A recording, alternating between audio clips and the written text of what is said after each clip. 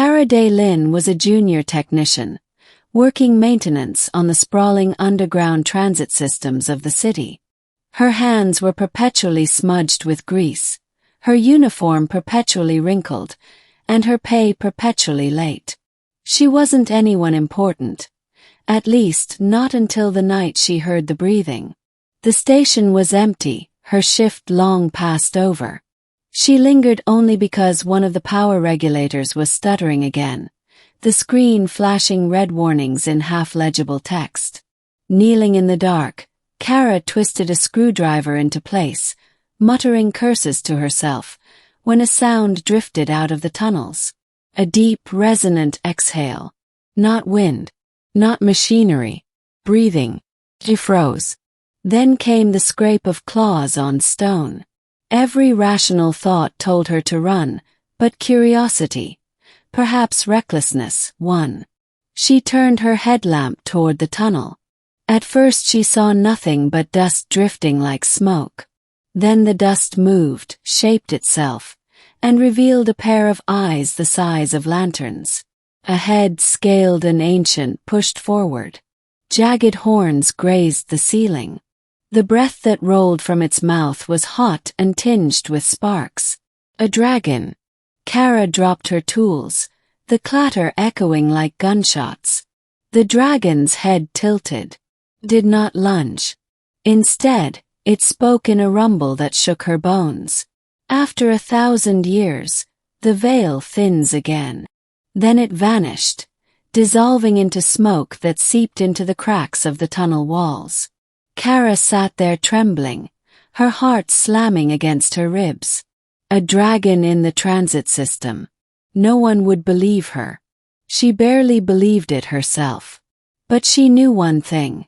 The world was about to change. The middle of Fantasy Reborn.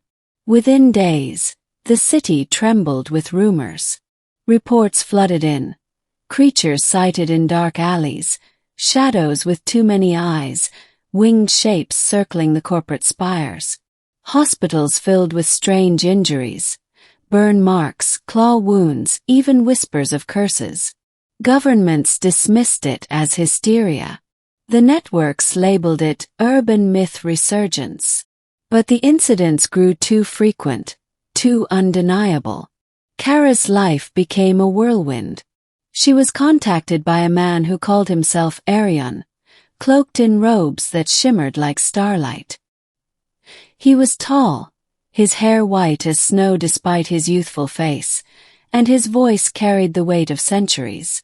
"I felt the dragon's stirrings through you," he told her, eyes glinting.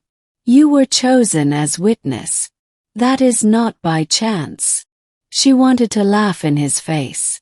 But when he raised his hand and conjured fire that twisted into the shape of a bird, she stopped laughing. Magic was real. Monsters were real.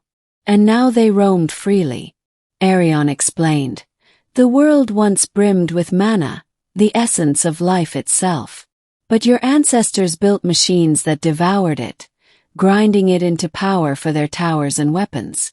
So the veil was cast, separating magic from mankind. Now the balance breaks. Mana returns, and with it, so do the beasts. Cara tried to absorb it all.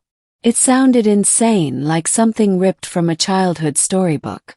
Yet every night, the howls and roars echoing across the city proved him right. Together, they roamed New Arcadia, trying to contain the chaos. Cara discovered something startling. Machines no longer obeyed her like before. Circuits sparked, screens glitched when she touched them. But when she reached out with her will, something deeper than thought, she could command the machines in new ways. Metal bent like clay, wires hummed like harp strings, drones flew at her signal. Not only magic returned. Humanity was changing too. And she wasn't alone. Across the globe, others awakened.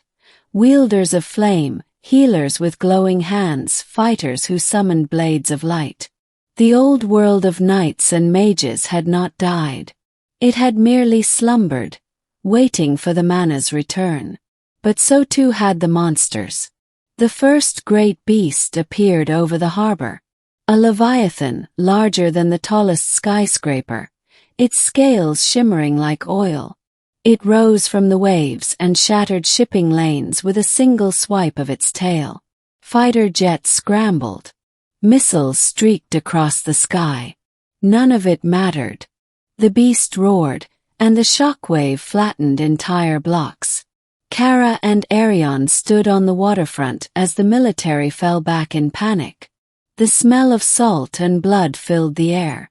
"This is only the beginning," Arion said grimly.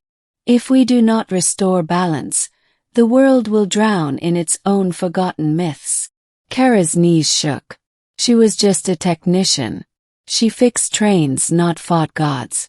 But when she looked around, she saw children crying, families running, soldiers bleeding. Someone had to stand. So she did. She reached deep into herself, pulling at that strange current she'd felt since the dragon's breath. The city's power grid answered, lights flickering in unison. Energy roared up the lines into her body, and she thrust it outward. The street lamps bent like spears of lightning. Electricity surged in a blinding arc, striking the leviathan's head. The beast reeled, shrieking. For the first time the monster faltered. People saw, and they believed. The ending, a new dawn. The battle for New Arcadia lasted 3 days. Mages awakened from hiding, scientists repurposed weapons, and ordinary citizens fought with newfound powers. The city became a battlefield where neon clashed with firelight, drones with wyverns, soldiers with trolls. Kara became a symbol. Not because she was the strongest, she wasn't, but because she bridged both worlds. She wielded magic through machines, science through mana, proving the two could coexist. In the final confrontation, she and Arion tracked the Leviathan to the flooded ruins of the old docks. The beast, wounded yet defiant, thrashed against their combined assault. Arion summoned storms of flame. Kara bent the city's power grid into a cage of lightning, and together they forced the monster back into the sea. As the waves swallowed it, the dragon from the tunnels reappeared, coiling in the storm clouds above. "You have chosen," it rumbled, eyes gleaming, "not to flee from the reborn age, but to embrace it. Then so shall it be." The dragon's roar shook the heavens, but this time it was not of rage. It was of proclamation. From that day on, the world was never the same. The governments could no longer deny it. Cities rebuilt themselves with a fusion of magic and science. Streets lit not just with neon but with runes. Medicine advanced with healing spells beside microchips. New guilds formed, where knights wore powered armor and sorcerers wielded plasma staves. Where monsters roamed, humanity did not cower. They adapted. They fought. They thrived. And Cara Day-Lin, once a forgotten technician, stood at the heart of it. A bridge between two ages. The first of a new order. The age of silence was over.